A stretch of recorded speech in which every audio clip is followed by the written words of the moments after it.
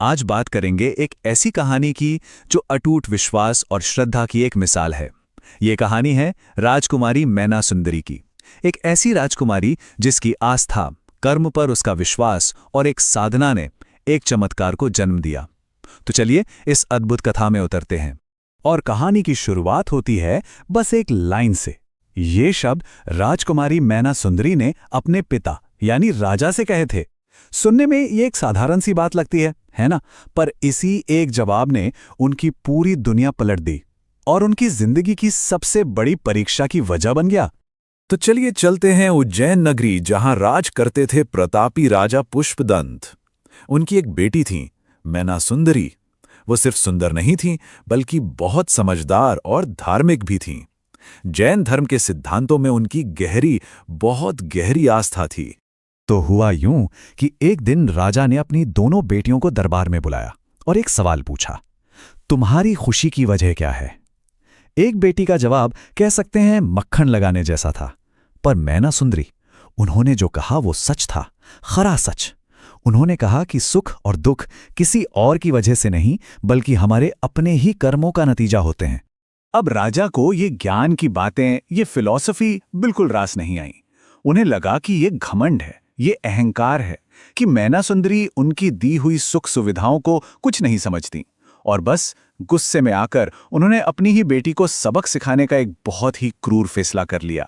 तो अब सवाल ये उठता है कि जब जिंदगी ने इतना बड़ा इम्तिहान सामने रखा, इतना कठोर मोड़ आया, तो मैना सुंदरी ने क्या किया? देखते हैं कि उन्होंने इस मुश्किल का सामना कैसे किया। राजा का गुस्सा अब बदला लेने पर उतर आया था। उन्होंने मैना सुंदरी की शादी श्रीपाल नाम के एक आदमी से करवा दी, जिसे कुष्ठ रोग था और जिसे समाज ने बाहर निकाल दिया था। राजा का मकसद साफ था कि मैना सुंदरी अपने कहे हुए कर्मों का फल भुगते और तकलीफ में जिए। पर यहां मैना सुंदरी का जो रूप देखने को मिला वो कमाल का था। उन्होंने इस मुश्किल को भी अपने ही कर्मों का नतीजा मानकर शांति से अपना लिया। बिना किसी शिकवे के, बिना किसी शिकायत के उन्होंने पूरे प्यार और लगन से अपने पति की सेवा करनी शुरू कर दी। एक पल के लिए भी उनका विश्वास नहीं डगमगाया। और यहीं से कहानी में एक उम्मीद की किरण आती है। एक दिन मैना सुंदरी की मुलाकात कुछ जैन मुनियों से होती है, जो उन्हें एक रास्ता दिखाते हैं। वो मैना सुंदरी को एक बहुत ही प्राचीन और शक्तिशाली जैन साधना के बारे में बताते हैं। इस साधना का नाम था सिद्ध चक्र विधान।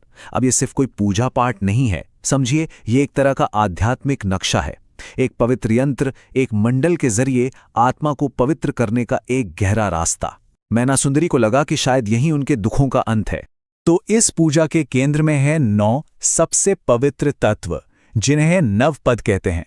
इसमें अरिहंत से शुरुआत होती है, यानी वो जिन्होंने कर्मों पर जीत हासिल कर ली। और ये सफर सिद्ध, आचार्य, उपाध्याय, साधु से होता हुआ तब तक जाता है, मतलब कठोर तपस्या। आत्मा की शुद्धि के हर पड़ाव की इसमें आराधना की जाती है। और इस विधान का सबसे मुश्किल लेकिन सबसे शक्तिशाली हिस्सा है आयम्बिल ओली। ये लगातार 8 दिनों तक चलने वाला एक बहुत ही कठिन तप है, और मैना सुंदरी ने ठान लिया कि वो इस कठिन तपस्या को करेंगी। और ये कोई मामूली व्रत नहीं था, मतलब इसकी कठिनाई का अंदाजा लगाइए। 8 दिनों तक नमक नहीं, मसाले नहीं, घी तेल कुछ नहीं, मीठा भी नहीं, स्वाद वाली हर चीज को छोड़ देना था। और खाने के नाम पर दिन में सिर्फ एक बार सादा उबला हुआ बिना स्वाद का खाना। और अब शुरू होती है मैना सुंदरी की असली परीक्षा, शरीर की भी और आत्मा की भी। चलिए देखते हैं इन 8 दिनों का सफर कैसा रहा। पहले दिन पूरे विश्वास के साथ संकल्प लिया और नवकार मंत्र का जाप शुरू किया। तीसरे दिन तक उपवास का असर दिखने लगा, शरीर जवाब देने लगा, कमजोर पड़ गया। लेकिन मन का विश्वास, अपने कर्मों को काटने का संकल्प, वो और भी मजबूत हो गया।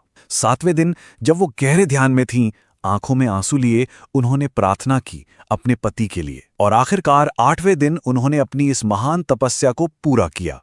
तो आखिर क्या हुआ उस 8 दिन की कठिन तपस्या का? नतीजा एक ऐसा चमत्कार था जिसने इस कहानी को हमेशा के लिए अमर कर दिया। जरा याद कीजिए, तपस्या शुरू होने से पहले श्रीपाल की हालत कैसी थी? कुष्ठ रोग से पीड़ित, समाज से निकाले हुए, एक बहुत ही दर्दनाक जिंदगी जी रहे थे। और जैसे ही मैना सुंदरी की तपस्या पूरी हुई, चमत्कार हो गया। श्रीपाल का कुष्ठ रोग जड़ से खत्म हो गया। उनका शरीर पहले की तरह स्वस्थ और कांतिमय हो गया। ये मैना सुंदरी के अटूट विश्वास और उसकी तपस्या की शक्ति का साक्षात प्रमाण था। तो ये कहानी सिर्फ एक चमत्कार की नहीं है, इसके पीछे एक बहुत गहरा संदेश छुपा है, एक ऐसी सीख जो आज भी हमारे लिए उतनी ही जरूरी है। तो मैना सुंदरी की कहानी से हम क्या सीखते हैं? पहली बात तो ये कि सच्ची श्रद्धा में जिंदगी बदलने की ताकत होती है। दूसरी बात कि सब्र और अंदर की हिम्मत से कैसी भी मुश्किल पार की जा सकती है।